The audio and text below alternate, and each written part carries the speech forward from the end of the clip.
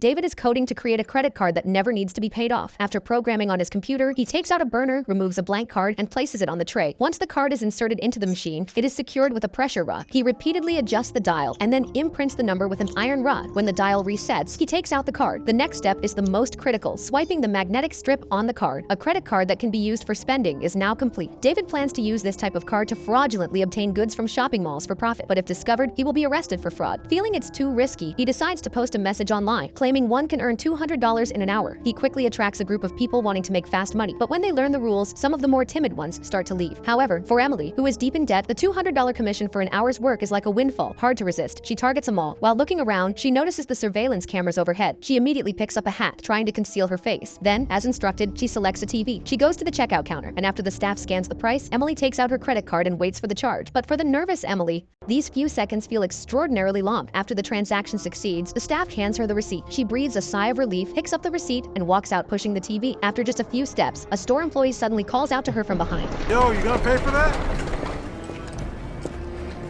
Sorry? I said, are you gonna pay for that? Emily quickly takes off her hat and awkwardly returns it to the employee. After handing the TV over to David, she successfully receives her $200 commission. Seeing how smoothly her first mission went, David reveals there will be another operation tomorrow. Compared to this one, although not fatal, danger still exists, but this kind of thing always makes Emily uneasy. She politely declines and prepares to leave. David hurriedly says the commission will double to $2,000. Emily hesitates and says she needs to think about it, then leaves. At work, considering her debts and debt collection, Emily decides to try one more time. The next day, Emily arrives at the agreed place. David gives her a black card with no credit limit. Her mission this time is to purchase a car in full. The man asks if she needs a test drive. With the previous experience, Emily calmly says her boyfriend has already test driven it. She then takes out a check and hands it to him. After examining it, the man asks how the remaining amount will be paid. Emily immediately hands over the credit card. As she watches the man slowly operate, Emily's heart pounds and she glances at the time. A large transaction takes 8 minutes to verify. After swiping the card, she only has 8 minutes to escape. Otherwise, she will be discovered. When the procedures are completed and she's about to leave, the boss suddenly says a document is missing a signature. With only 2 minutes left, she quickly signs the form. Led by the store employee, she walks towards a new black car in the parking lot. Just as she's about to start the vehicle and leave, the employee receives a call from the boss, gestures for her to lower the window,